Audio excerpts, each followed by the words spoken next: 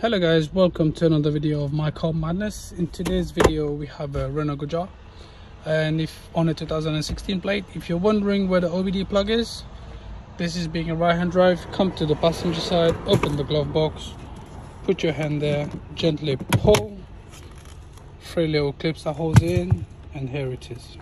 Thank you very much guys.